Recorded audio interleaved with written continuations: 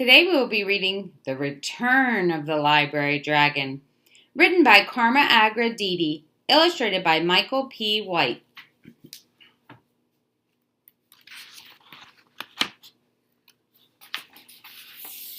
School library times. Librarian retires. Time has come to turn the page, says Miss Lottie.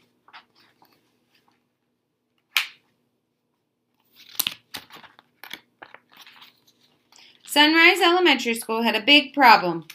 Their beloved librarian, Miss Lottie, was retiring.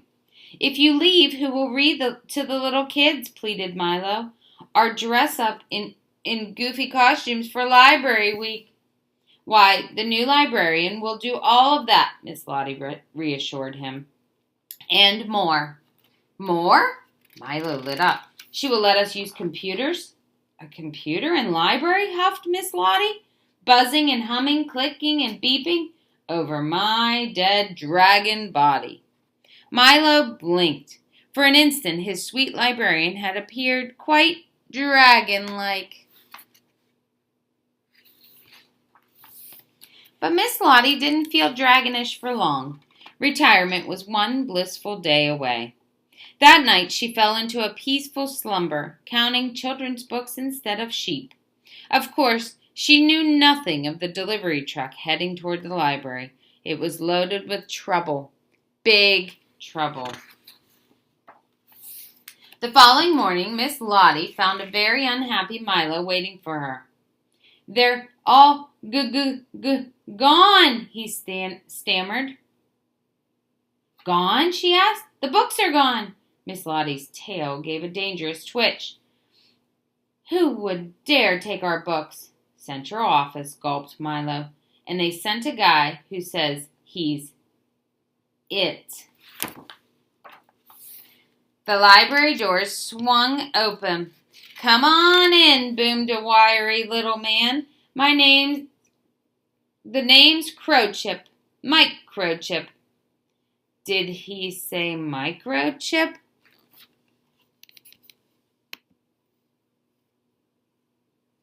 "Did he say microchip?" asked Milo. Miss Lottie didn't answer. Her eyes scanned the empty shelves. "What have you done with our books?" A wisp of pale smoke escaped her lips. "You do know that this is a library." "It's better than a library," chirped Mike Crowchip. "It's Media World, the new Sunrise Cybrary." "No books?" Miss Lottie felt herself growing oddly warm. "It's a brave new world," Crowchip beamed at Lottie. "Books stain and tear and take up room. Check out the Books Begone 5000. It'll kindle your fire." "Pardon me, mister." It was Milo. Our children had gathered behind him to protest the library book napping. "We'd like our books back, please?" Mike Crowchip's brain short-circuited. "You want them back? But why? When you could have 10,000 books in one little handy—" "Because," said Milo, 10,000 books on a screen all look the same." And a third grader added, "Right, but 10,000 books in the library all look and feel different. And all I need to upload a book is my brain. My grandma can read me the very same book her grandma read to her. Know what else? The only way my book gets a virus is if I sneeze on it. I like that I can give my book to a friend. I can't delete a real book unless I lose it in my brother's room. And books smell. My favorite smell smells like spaghetti." "If you've never really loved a book," said Milo, "maybe nobody can explain it to you." Crowchip frowned. Lottie looked smug.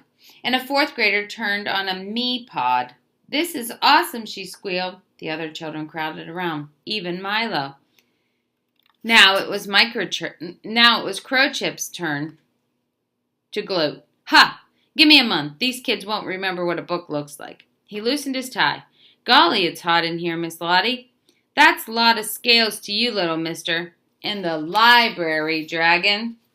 Returned. You bring back every lost library book or I'll melt your motherboard, roared Lotta Scales. Mike, Crow Chip, and the stampeding children almost knocked over a young woman in the hallway. I wouldn't go in there if I were you, he cried. That librarian's a real dragon. Oh my!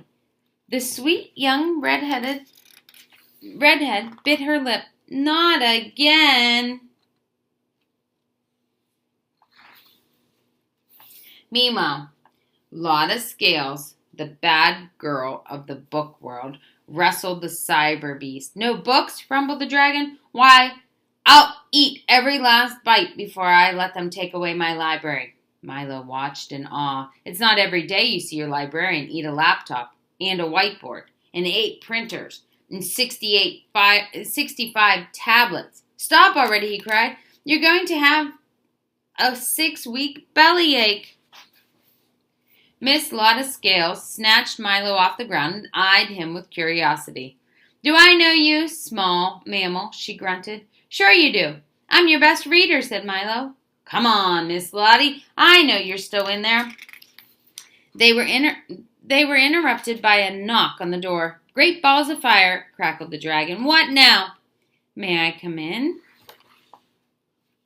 It's me, Molly. Molly Brickmeyer. Molly? Lotta Scales took a trembling step toward the girl who'd once helped her shed her scales. The dragon groaned. What's wrong? Molly asked. They took our books. Don't worry, said Molly. The books will be back tomorrow. I told the principal I couldn't possibly take the job if... Take the job? Lotta Scales looked at Molly in wonder. You're the new librarian? I was going to surprise you, said Molly. She patted the giant beast's snout and whispered, I learned from the best, you know. And for only the second time in her life, the library dragon's scales began to fall with a clickety-clack, clickety-clack, clickety-clack. Miss Lottie was back.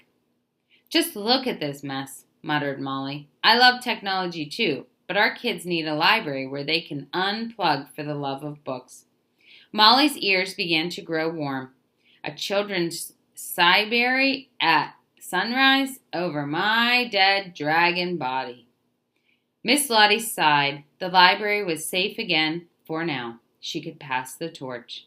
Milo, meet your new... She hesitated. Media, library, cyber book specialist.